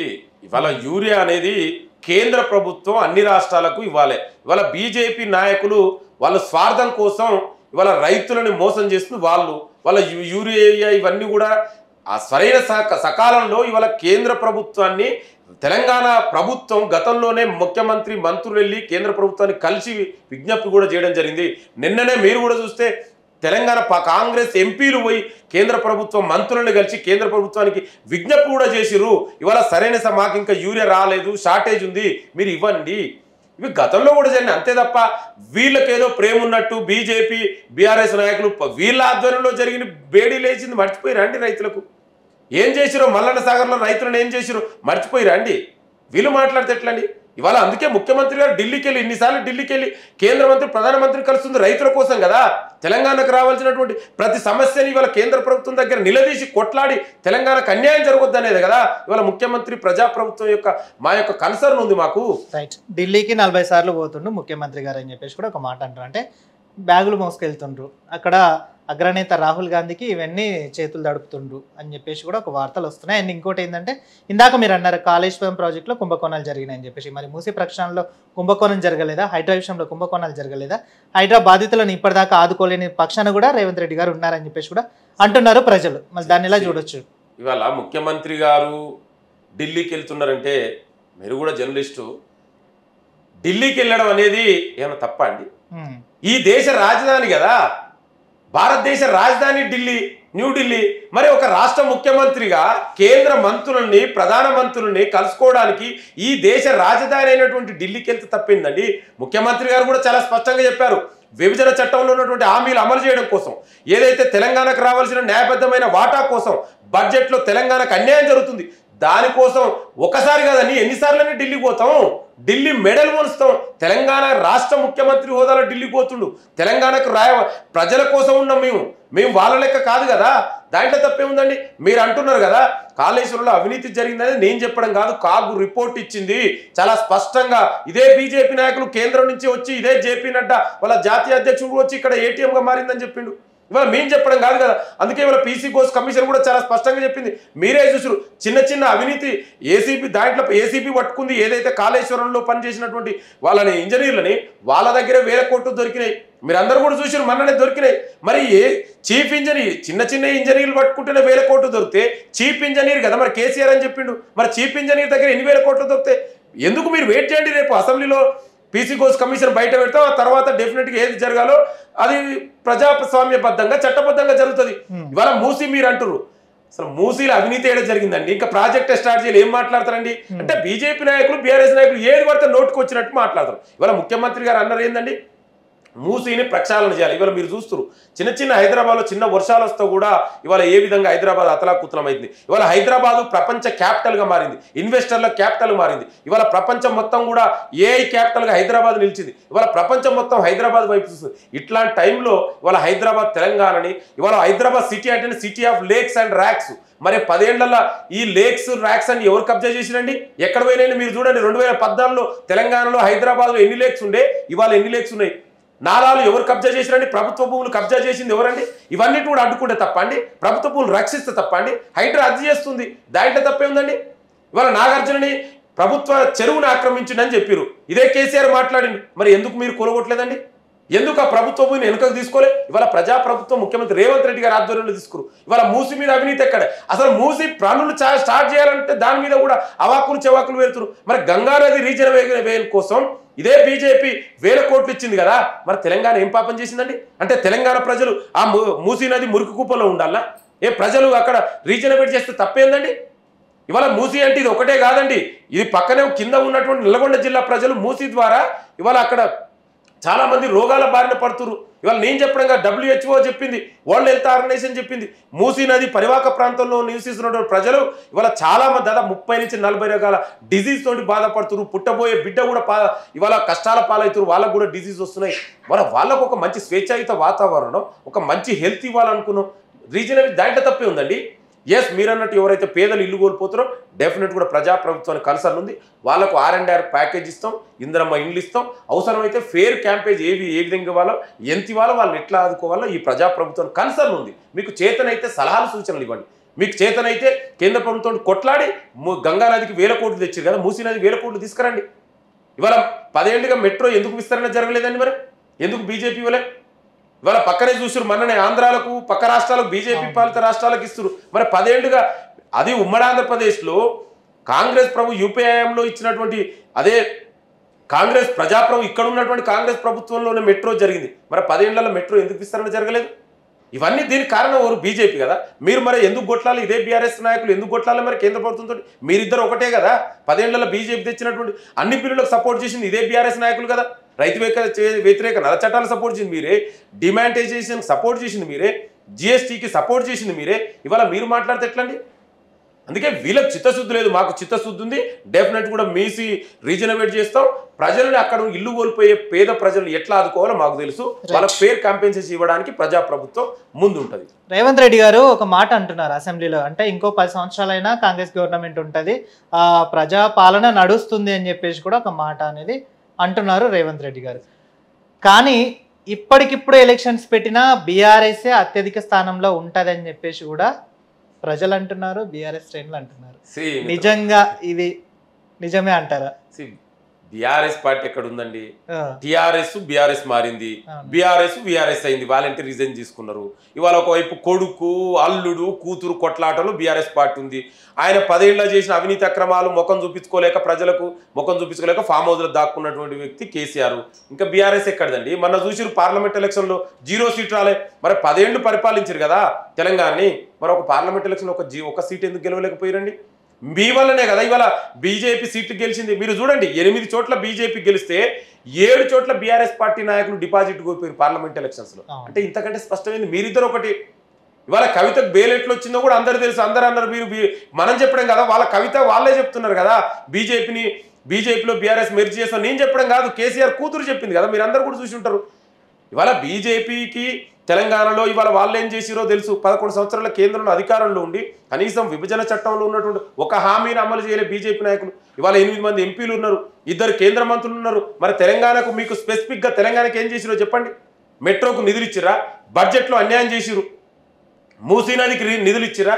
ఏమిచ్చిరని? కనీసం తెలంగాణలో మీకు ఒకటి తెలుసా అండి, దేశంలో ఐఏఎం లేని ఏకైక రాష్ట్రం తెలంగాణ. మరి ఎందుకు ఒక ఐఏఎం తెలంగాణ విద్యార్థులు కూడా ఐఏఎం ఉంటే నా తెలంగాణ బిడ్డలకు కూడా బాగుపడేది కదా. మరి ఎందుకు ఇవ్వలేదండి మీరు? ఎందుకు ఇవ్వలేదు? ఇవాళ బనకచెర్ల ద్వారా ఆంధ్ర నీళ్లు దోసుకపోతే మరి కేంద్ర ప్రభుత్వం బాధ్యత కదా. బీజేపీ నాయకులు ఎందుకు మాట్లాడరండి? ఇవాళ బీసీ బిల్లుని ఇవాళ 42% రిజర్వేషన్ కోసం కేంద్ర ప్రభుత్వం పంపిస్తే మరి బీజేపీ నాయకులు ఎందుకు తెలంగాణ బీజేపీ నాయకులు ఎందుకు మాట్లాడరు దాన్ని? ఎందుకు నరేంద్ర మోడీ దగ్గర ఎందుకు కొట్లాడరు? ఇవన్నీ బీజేపీ నాయకులు బీఆర్ఎస్ నాయకులు ఎక్కడండి? ఇవాళ తెలంగాణలో కాంగ్రెస్ కు పోటీ లేదండి. అంటే మీ దృష్టిలో బీఆర్ఎస్ బీజేపీ రెండు ఒకటే అని కరాఖండిగా చెప్తున్నారు. అయితే 100% ఇంకా అందులో డౌట్ ఏంది? అదే చెప్పినా కదా, 10 ఏళ్ళలో వీళ్ళు తెచ్చిన అన్నిటి సపోర్ట్ చేసింది వీళ్ళే కదా. కవిత గారే చెప్పింది బీజేపీలో బీఆర్ఎస్ ని విలీనం చేయడానికి చర్చలు జరిగినాయని. మేము గతం నుంచి అదే చెప్తున్నాం, మళ్ళీ కొత్తగా ఉంది. రైట్. మొన్న రేవంత్ రెడ్డి గారు ఒక మాట అన్నారంటే, రాష్ట్రం ఆర్థిక వ్యవస్థ దెబ్బతింది, ఎవరన్నా వెళ్ళినా కూడా ఎక్కడైనా వెళ్ళినా కూడా దొంగల్లాగా చూస్తున్నారు, అంటే మన ఎవరన్నా అప్పు అడగడానికి వెళ్ళినా కూడా ఎవరు అప్పు పుట్టట్లేదు అని చెప్పేసి కూడా ఒక మాట రావడం జరిగింది. అంటే ఏ సందర్భం, అసలు ఏ ఉద్దేశించి ఆ మాట అండు? అలాంటప్పుడు 6 గ్యారెంటీలు ఎందుకు ఇచ్చిండ్రు? 100 రోజులలోనే పూర్తి చేస్తామని ఎందుకు ఇచ్చిండ్రు? 6 గ్యారెంటీలు కూడా అర గ్యారెంటీలు చేసి పడేసిండ్రు. సగం చేసిన ప్రభుత్వం ఇది అని చెప్పేసి కూడా దుమ్మెత్తి పోస్తున్నారని చెప్పేసి ప్రజలు అంటున్నారు. ముందుగా మేము ఇచ్చినటువంటి 6 గ్యారెంటీలు మాక్సిమం అమలు చేశాము. రెస్ట్ ఆఫ్ ది మేనిఫెస్టో కూడా మేము ఇచ్చింది 5 years కు. అవి కూడా ప్రతి హామీని కూడా అమలు చేసి తీరుతామని ముఖ్యమంత్రి గారు చాలా స్పష్టంగా చెప్పారు. ఎక్కడ కూడా హామీల విషయంలో ఇవాళ ఈ ప్రజాప్రభుత్వం వెనుక పోయే సమస్య లేదు. ఇవాళ మీరు ముఖ్యమంత్రి గారు మాట్లాడేది ఏదైతే 10 ఏళ్లుగా తెలంగాణని పరిపాలించారో సోకాళ్ళు నాయకులు తెలంగాణను అభివృద్ధి చేసినామని చెప్పారో కేసీఆర్ బీఆర్ఎస్ పాలనలో తెలంగాణలో అప్పుల పాలు చేశారు. మిగులు బడ్జెట్ రాష్ట్రాన్ని కేసీఆర్ కప్పచెప్తే 7.5 లక్షల కోట్ల పైగా అప్పులు చేసి ఇవాళ తెలంగాణ ప్రజల కష్టార్జితమైన సొమ్ముని ఇవాళ దోసుకొని ఫామ్ హౌజులు కట్టుకున్నటువంటి చరిత్ర బీఆర్ఎస్ కేసీఆర్ ఫ్యామిలీది. ఆ విధంగా మాట్లాడుతూ ఇట్లా అన్యాయం చేసారు, ప్రజల సొమ్ముని దోసుకున్నారు వీళ్ళు, ఆ విధంగా చెప్పారు తప్ప ఎక్కడ కూడా మీరు అన్నట్టు ఇవాళ ఆ విధంగా అయితే మీరు మరి ఇంత ఇన్ని రాష్ట్రం ఇంత అప్పులు ఉన్నా కూడా ఒకవైపు అప్పులకు ఇంట్రెస్ట్ కట్టుకుంటా మేము ఇచ్చినటువంటి హామీలు అమలు చేస్తూ ఇవాళ తెలంగాణ రాష్ట్రమే దేశానికి ఒక ఆదర్శ రాష్ట్రంగా ఒక మోడల్ రాష్ట్రంగా ఇవాళ తెలంగాణ నిలుస్తుంది. ప్రపంచం మొత్తం కూడా ఇవాళ హైదరాబాదు తెలంగాణ వైపు చూస్తుంది కదా. ఇవాళ వాళ్ళ లెక్క మేము పబ్లిసిటీ చేసుకోలేదు. ఇవాళ మా ప్రజాప్రభుత్వానికి ప్రజలే పబ్లిసిటీ, వాళ్ళే మాకు బ్రాండ్ అంబాసిడర్లు. కేటీఆర్ లెక్క ఏదో ఇష్టం ఉన్నట్టు మాట్లాడరు కదా, ట్విట్టర్లో ఎక్స్లో ఒక పోస్ట్ చేసి ఆయన లెక్క చెప్పుకోం మేము. ఆ ప్రజాప్రభుత్వం ఉన్నది నిజాలు ప్రజలకు చెప్తాం. ఎందుకంటే ప్రజలు, ఇది ప్రజాప్రభుత్వం, ప్రజలకు జవాబుదారితనం ఉంటుంది. ఇది ఏమి ఇక్కడ ప్రజాప్రభుత్వం ఏ నిర్ణయం తీసుకున్నా ప్రజలకు తెలవాలనే ఉద్దేశంతో చెప్పినాం. దాంట్లో తప్పే ఉందండి. ఇచ్చిన హామీలల్లో ఫస్ట్ మొదటగా తులం బంగారు ఇస్తామని చెప్పేసి అన్నారు. మరి ఆడబిడ్డలకు తులం బంగారు ఎటు పోయిందండి? తర్వాత స్కూటీలు ఇస్తా అన్నారు, అది ఎటు పోయిందండి? KG to PG చేస్తామని చెప్పేసి కూడా అది ఒక మాట్లాడారు. గురుకుల విద్యార్థులు కూడా మెరుగైన విద్య అందిస్తామని చెప్పేసి అన్నారు. పిల్లల చావులు కూడా నడుస్తుంటే కూడా ఇప్పటిదాకా దాని మీద మాట్లాడలేని ముఖ్యమంత్రి రేవంత్ రెడ్డి అని అంటున్నారు. దాన్ని ఎలా చూడొచ్చు? వాళ్ళు ఏం మాట్లాడుతున్నారో అధికారం కోల్పోయిన తర్వాత కేసీఆర్ ఫ్యామిలీ వాళ్ళు మాట్లాడితే కేసీఆర్ మాట్లాడట్లేదు, కేటీఆర్ గారు మాట్లాడట్లేదు, హరీష్ రావు మాట్లాడట్లేదు, అంతకన్నా కవిత గారు మాట్లాడారు. తెలంగాణ ప్రజలు నిలదీస్తున్నారు. తులం బంగారు ఎటు పోయింది? నేను అదే చెప్తున్నాండి. మేనిఫెస్టో మీకు ద్వారా కూడా మళ్ళీ ఒకసారి కూడా అందరికి కూడా చెప్తున్నా, మేనిఫెస్టో మెంబర్గా కంపెల్ చేసిన వ్యక్తిగా చెప్తున్నా, మేనిఫెస్టో అనేది ఏ పార్టీ అయినా భారత ప్రజాస్వామ్యంలో పొలిటికల్ పార్టీలు 5 yearsకు మేనిఫెస్టో ఇస్తారండి. ఇవాళ 5 years మీరు అప్పుడే అమలు చేయమంటే ఎట్లండి? మేము గ్యారంటీలు ఒక్కొక్కటి అమలు చేస్తున్నాం, మేనిఫెస్టో మొత్తం డెఫినెట్ కూడా అమలు చేసి తీరుతామంటున్నాం. నువ్వు ఎప్పుడు అడగాలండి? అమలు చేసిరా చేయలేదని ఎప్పుడు అడగాలి మీరు? ఇవాళ సంవత్సరాల కాలంలో మీరు చేసిన అప్పులకు ఇంట్రెస్ట్ కట్టుకుంటా, ఒకవైపు మేనిఫెస్టోలు ఇచ్చినటువంటి హామీలు అమలు చేసుకుంటా, ఉద్యోగాల కల్పనకు చేసుకుంటా, ఇవాళ ప్రజలకు అన్నీ చేసుకుంటూ ఒక్కొక్కటిగా ముందుకెళ్తున్నాం. మీరు అప్పుడే అమలు చేయలేదంటే 5 yearsలో అమలు చేస్తాం, మీరు వెయిట్ చేయండి. డెఫినెట్ కూడా ప్రతి హామీని కూడా అమలు చేస్తాం, ఎక్కడ కూడా వెనుకకు పోము. ఇవాళ విద్యా వ్యవస్థ గురించి మీరు మాట్లాడారు. 10 ఏళ్లలో విద్యా వ్యవస్థను నిర్లక్ష్యం చేసింది ఎవరండి? నేను సూటిగా ప్రశ్నిస్తున్నా. 10 ఏళ్లలో బీఆర్ఎస్ కేసీఆర్ ప్రభుత్వంలో ఎన్ని రిక్రూట్మెంట్ చేసింది? ఎంత బడ్జెట్ కేసీఆర్ 10 ఏళ్లలో ఎంత బడ్జెట్ విద్య కేటాయించారు? ఈ ప్రజాప్రభుత్వం సంవత్సరాల కాలంలో విద్యకు మేమెంత బడ్జెట్ కేటాయించినాం? చర్చకు పెడదాం. మరి కేసీఆర్ వస్తారా, కేటీఆర్ వస్తారా?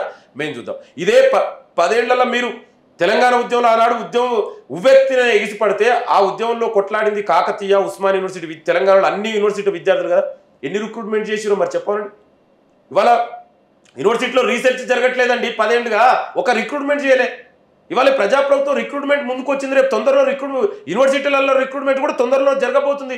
ఇవన్నీ కూడా మేము చేస్తే ఇవాళ విద్యా కమిషన్ వేసి ఇంటర్నేషనల్ స్థాయిలో ఇంటిగ్రేటెడ్ స్కూల్స్ని ఏర్పాటు చేసి ఇవాళ ఒక క్వాలిటీ ఎడ్యుకేషన్ మన తెలంగాణ యువతకు అందించాలనే ఉద్దేశంతో ప్రజాప్రభుత్వం ముందుకెళ్తుంది. దానికి అనుగుణంగా స్కిల్ యూనివర్సిటీ కూడా ఏర్పాటు చేసింది కదా. మన యూనివర్సిటీ మన విద్యార్థులకు కూడా స్కిల్స్ని ఇంప్రూవ్ చేయాలి. తద్వారా వాళ్ళు ప్రపంచంతో పోటీ పడగలుగుతారు. ప్రపంచ మార్కెట్లో మన విద్యార్థులు నిలబడాలంటే వాళ్ళ స్కిల్ని కూడా ఇంప్రూవ్ చేయాలి. ఇంత మంచిగా ముందుకెళ్తుంటే వాళ్ళేదో అధికారం కోల్పోయిందనే ఫ్రస్ట్రేషన్ తోటి వాళ్ళ బీఆర్ఎస్ నాయకులు, బీజేపీ నాయకులు ఇష్టం ఉన్నట్టు మాట్లాడితే ఎట్లండి? రైట్. ఇప్పుడున్న బీఆర్ఎస్ పార్టీ కానీ బీజేపీ పార్టీ వాళ్ళ నాయకుల విషయంలో లింగం యాదవ్ గారు ఒకే ఒక మాటలో ఏం చెప్తారు? ఒకటి, ఫస్ట్ కేసీఆర్ గారి గురించి ఏం చెప్తారు?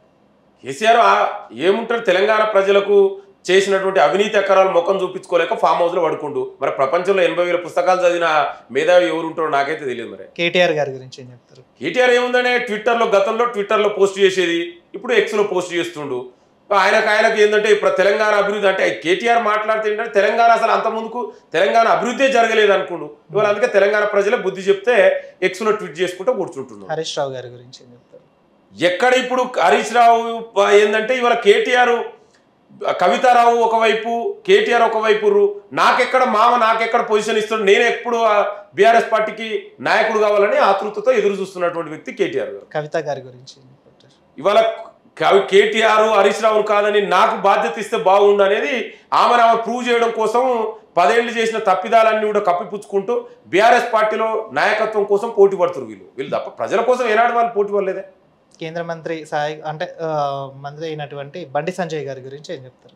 బండి సంజయ్ గురించి ఏం మాట్లాడతామండి, ఆయన కేంద్ర మంత్రి మరి ఆయన కార్పొరేటర్కో ఎక్కువ తక్కువ అర్థం కాదు, తెలంగాణ ప్రజలే నవ్వుకుంటారు. ఆయనే కేంద్ర హోంశాఖ సహాయ మంత్రి. ఆ విధంగా మాట్లాడితే ఒకసారి ఆయన కేంద్ర హోంశాఖ మంత్రి అని గుర్తెరిగి మాట్లాడితే బాగుంటుంది ఆయన ఏదైనా మాట్లాడే ముందు. రైట్. అంటే బీజేపీలో సీనియర్ నాయకులు అయినటువంటి చివరిగా కిషన్ రెడ్డి గారి గురించి ఏం చెప్తారు? కిషన్ రెడ్డి ఏముందండి, ఆయన పొజిషన్ కాపాడుకుంటే చాలు, ఆయన సేఫ్ సైడ్లో ఉండాలి. ఆయన పొజిషన్ కేంద్ర మంత్రి కాపాడుకోవాలి. ఆయన తెలంగాణ ప్రజల గురించి మాట్లాడు, ఆయన తెలంగాణ బాధల గురించి మాట్లాడు, ఆయన పొజిషన్ ఆయన సేఫ్ సైడ్లో ఉంటాడు. రైట్. విమర్శించే వాళ్ళకి మీరు ఒక కాంగ్రెస్ లీడర్గా ఏం చెప్పదలుచుకున్నారు? మేము కాంగ్రెస్ పార్టీ అంటేనే, లేదా నేనైనా కూడా వ్యక్తిగతంగా కూడా డాక్టర్ బాబాసాహెబ్ అంబేద్కర్ రాసిన భారత రాజ్యాంగాన్ని, రాజ్యాంగ విలువలని, ప్రజాస్వామ్యాన్ని నమ్మే ఒక ప్రజాస్వామికవాదిని, ఒక సోషల్ డెమోక్రటిక్గా మీరు ఒక కన్స్ట్రక్టివ్ క్రిటిసిజం ఇస్తే తీసుకోవడానికి మాకు అభ్యంతరం లేదే. డెఫినెట్గా క్రిటిసిజం, ప్రజాస్వామ్యంలో ప్రతిపక్షాలు విమర్శలు ఉండాలి, ప్రతిపక్షాలు కూడా ఉండాలనుకున్న కోరుకునే వ్యక్తిని పార్టీ నేను. సో డెఫినెట్ కూడా మీరు ఒక సద్విమర్శన చేయండి. ఏదో విమర్శ చేయడం కోసం మీ యొక్క ఆధిపత్యం కోసం కాకుండా ఏదైనా మంచి సలహాలు సూచనలు ఇస్తే తీసుకోవడానికి సిద్ధం. ప్రజాస్వామ్యంలో కన్స్ట్రక్టివ్ క్రిటిసిజం ఉండాలనే వ్యక్తిని నమ్మే వ్యక్తిని కూడా నేను, బలంగా నమ్మే వ్యక్తిని కూడా. Thank you so much sir. Thank you. Okay, చూసారు కదా, తెలంగాణలో 6 గ్యారెంటీలు అమలవుతున్నాయి. ఇప్పుడు ఎలక్షన్స్ పెట్టినా కూడా రేవంత్ రెడ్డి గారే అత్యధిక మెజార్టీలో ఉంటారని చెప్పేసి అంటున్నారు. అలాగే ఇవన్నీ కేవలం అబద్ధపు ప్రచారాలు, ప్రజాక్షేత్రంలో రేవంత్ రెడ్డి గారు ఉన్నారు, ఇచ్చిన 6 గ్యారెంటీలు ఈ 3 సంవత్సరాల్లో ఖచ్చితంగా అమలు చేస్తారని చెప్పేసి కూడా లింగం యాదవ్ గారు అంటున్నారు. చూస్తాం తెలంగాణ రాజకీయ పరిణామాలు ఇలా ఉన్నాయి. నెక్స్ట్ కమింగ్ ఎలక్షన్స్లో కూడా ఈ హామీలని నెరవేర్చలేదా అనేది మరి ఒకసారి రివ్యూ చేద్దాము. అప్పటి వరకు చూస్తూనే ఉండండి బీఆర్కే న్యూస్, తెలుగోడి సత్తా.